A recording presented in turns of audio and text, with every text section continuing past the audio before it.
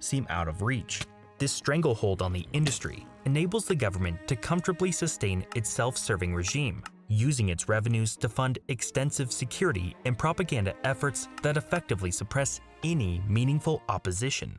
The absence of pressure, whether from within the government at the grassroots level or from the international community, suggests that economic and political liberalization, crucial for improving the lives of the population, is unlikely to occur anytime soon.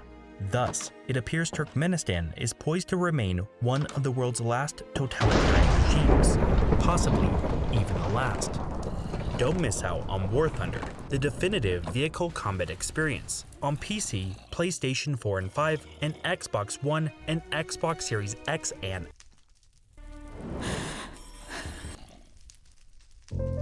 In 1996, North Korea was in the midst of one of the worst famines experienced by any industrialized nation in modern history. But one idea arose in the high command of the government to remedy this issue. In the harsh and mountainous north, they started a mass campaign to breed mountain goats.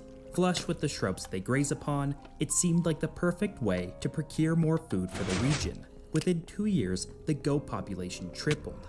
But those shrubs that the goats quickly devoured held together the loose mountain soil during the annual massive rainfalls. Now without them, the result was massive mudslides which destroyed much of the only arable land for agriculture and the complete flooding of coal mines. In just 4 years, 5 to 10% of North Korea's entire population perished. Yet this is just one small example of a terrible decision in a country that arguably has the most mismanaged economy in modern times. But the North Korea you see on the news today, with its starving citizens and a leadership hell-bent on making nuclear weapons in a desperate last-ditch attempt to maintain power, is largely a product of the last few decades. While North Korea and its tiny economy are now juxtaposed with the incredibly prosperous South Korea, which now has over 70 times the economic output, things used to be dramatically different.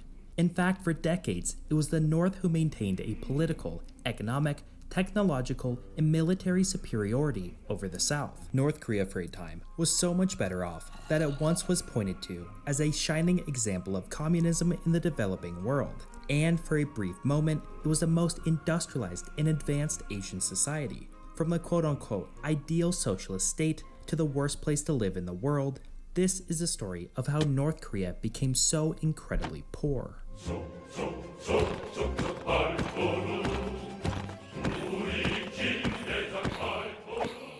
This video is sponsored by Babbel, the #1 language learning app. Have you ever wanted to learn a new language, but worried about the time commitment and seemingly overwhelming challenge? Well, then I have the answer for you. Babbel makes learning a new language fast, easy, and engaging. They have specifically formatted, quick 10-minute lessons that teach you real-world practical conversations that you will actually use. Using their speech recognition, they help you to correct your pronunciation and accent. Danke. And it's even been scientifically proven using their award-winning technology to get you speaking a brand new language in just 3 weeks. I have always wanted to feel a connection with my ancestors, so I've been learning to speak German. Even with my busy schedule, thanks to Babbel, I can easily find time every day to practice, and the engaging lessons keep me coming back for more. For my audience, you can get an exclusive 65% off your subscription. Just click the link in the description down below. Thank you Babbel for sponsoring this video. For almost all of Korea's existence, it was surrounded by much more powerful nations, and thus had to adapt in the name of self-preservation. There is a famous saying in both Koreas, that it is a shrimp among whales, and that the peninsula has been invaded 900 times in the last 2,000 years. For the last 10 centuries, Korea served as a tributary state to the various powerful Chinese dynasties that were by far the most important Asian powers, if not global powers. However, China started a long and slow decline just as the Europeans started to carve out as much of the world as possible. This gave rise to a new Asian power who sought to rapidly industrialize and modernize its military to be able to fend off the Europeans. By the late 19th century and early 20th, it was no longer China, but Japan that threatened Korea. As Korea could not stand alone, it turned to the Russian Empire, who was looking to expand their own influence in the region. With Russia's help, Korea started to industrialize itself, reform its educational system, and modernize its military. But the Russian Empire was dying, and no event encapsulated this better than its defeat in the Russo-Japanese War in 1904. The result of the embarrassing defeat was Japan's uninhibited influence in the region, and Korea was not able to hold off any longer. In 1910, it was now an official colony of the Japanese. From then until 1945, Korea was treated with unimaginable exploitation. However, some important economic development did take place. Northern Korea is incredibly rich in natural resources. According to a Goldman Sachs report, North Korea is sitting atop an estimated $10 trillion worth of mineral deposits. And as such, the Japanese built large-scale mines and processing plants, developed a thriving fertilizer industry, made countless reservoirs and pumping stations to irrigate the fields, and constructed modern power plants. Infrastructure throughout the country was improved to ship the much-needed materials back to Japan to aid in the war effort. But Japan's reign of terror came to an abrupt end.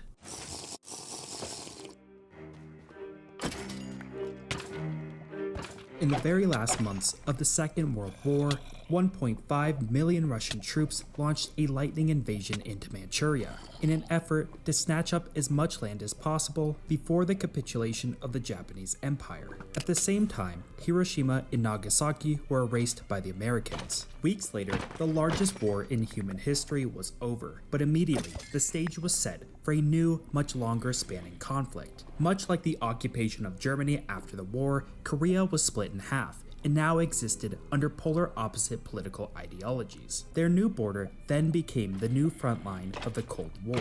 The Soviet Union, in control of the North, quickly appointed Kim Il-sung, a guerrilla fighter in the war who later became an officer in the Soviet army during the liberation of Korea. He quickly began to build a socialist command economy modeled after and with the help of the Soviet Union. Land was redistributed, those Japanese industries were nationalized, a socialist central bank was created, and a one-party communist state was instituted. Later, all power was vested in Kim Il-sung, who would become more of a god than a ruler to the North Koreans. In the South, the United States created a democratic market economy, although it would function, more or less, like a brutal dictatorship until the 1980s. The North was blessed with almost all the natural resources, most of the industrial capacity, and 92% of the electrical power generation. In fact, for a brief moment in time, North Korea was by far the most industrialized and urbanized country in Asia in the immediate aftermath of the Second World War. Under Japanese occupation, North Korea became an industrial powerhouse, but the South had almost all the prime agricultural land and most of the consumer light industry.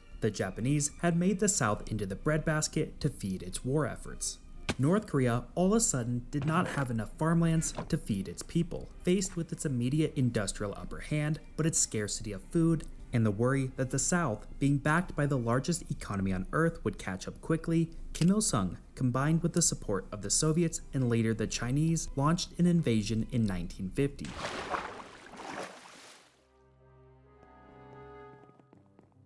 While initially it seemed like Northern victory was inevitable, United Nations combat forces were able to push the North all the way back to the Chinese border. China, worried about a capitalist foothold on their doorstep, flooded 500,000 soldiers into the Korean peninsula, eventually pushing the front line close to its original borders. The front line grinded to a halt, and little progress was made over the coming years. In the face of neither side seeing an ability to advance further, an armistice was signed that is still in effect to this very day, meaning the United States is still technically at war with North Korea. But Kim Il-sung badly miscalculated his war effort, and most of the North's advantage was swept away by US carpet bombing campaigns. In fact, the United States dropped more explosives on North Korea than they had dropped on all nations combined throughout the entirety of the Second World War. Those modern Japanese industries and mines ceased to exist. As historian Charles K. Armstrong put it, North Korea had been virtually destroyed as an industrial society.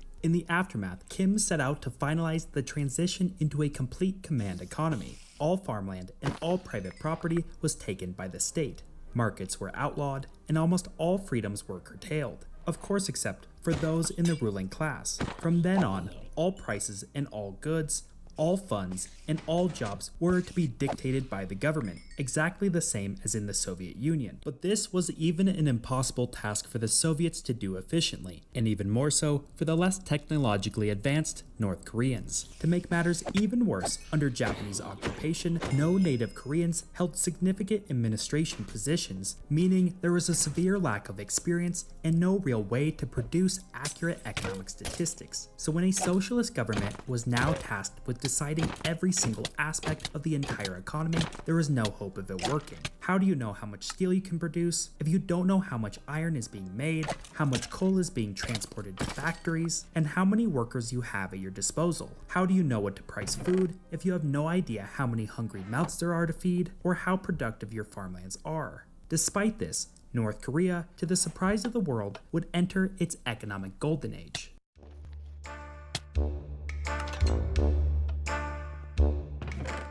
The North Korean economy from the end of the war until the 1970s grew at a titanic 15% a year, quickly dwarfing the small agrarian economy of the South. But how is it possible that this small nation that was just bombed back into the Stone Age was now able to become one of the fastest growing economies on Earth? The resurgence of North Korea was due in large part to a unique set of circumstances. At the heart of it all was the religious-like dominance of the entire nation by Kim Il-sung. He quickly started to rewrite history, banned religion, persecuted his political opponents, and ultimately became the supreme authority of the land. He warped the Marxist-Leninist theories to his own advantage and to work better with traditional Korean beliefs. This new political dominance was rooted in the ideology of Juche, which roughly translates to self-reliance. Kim argued that the true peak of civilization was contingent upon being freed from the chains of reliance on other nations. The way to achieve this was by placing all trust in him and by carrying out tremendous sacrifice for the state.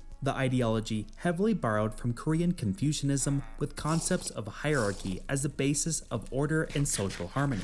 Coupled with heavy propaganda, the image of the state in Kim himself was warped to resemble that of a family patriarch. With a deeply embedded cultural tradition of family and respecting your elders, it was a perfectly crafted means of social control over the North Koreans. This provided the perfect foundation in which to control and guide the restoration of the nation and economy. However, ironically, and against the notions of self-reliance, North Korea's resurgence was wholly dependent on dramatic amounts of help from the other socialist nations. It was given hydroelectric dams, railroads, irrigation systems, and industrial equipment from the Soviets, and food, oil, and fertilizer from the Chinese. From 1950 to 1960, North Korea would receive a massive, at the time, $1.65 billion worth of patron aid, mostly from the Soviet Union. Not only that, but China and the Soviets forgave North Korea of its wartime loans and even sent tens of thousands of free workers to rebuild infrastructure, restore destroyed factories, and revive croplands. Along with its vast resources, cheap labor, and a huge demand for commodities by other socialist nations meant North Korea could gain quick money by selling raw resources to them. Within 2 years after the war,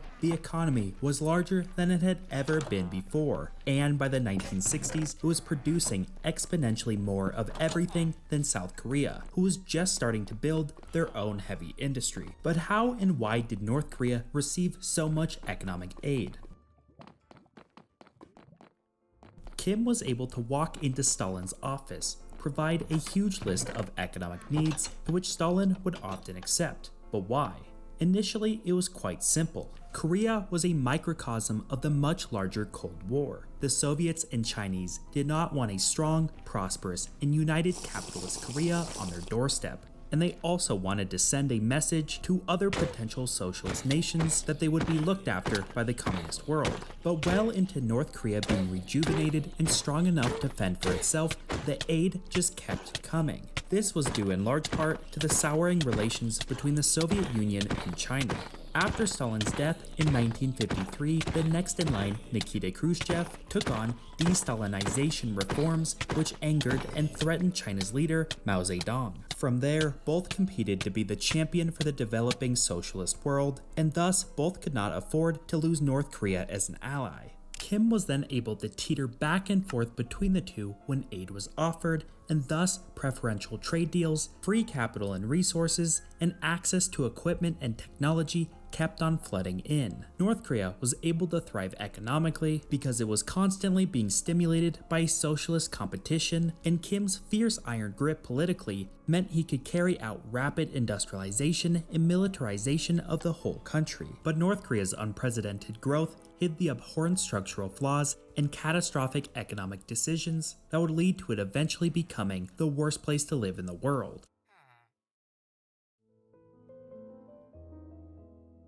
From the very beginning, Kim Il-sung was obsessed with building heavy industry, as in his mind, it would provide the economy the self-reliance he treasured so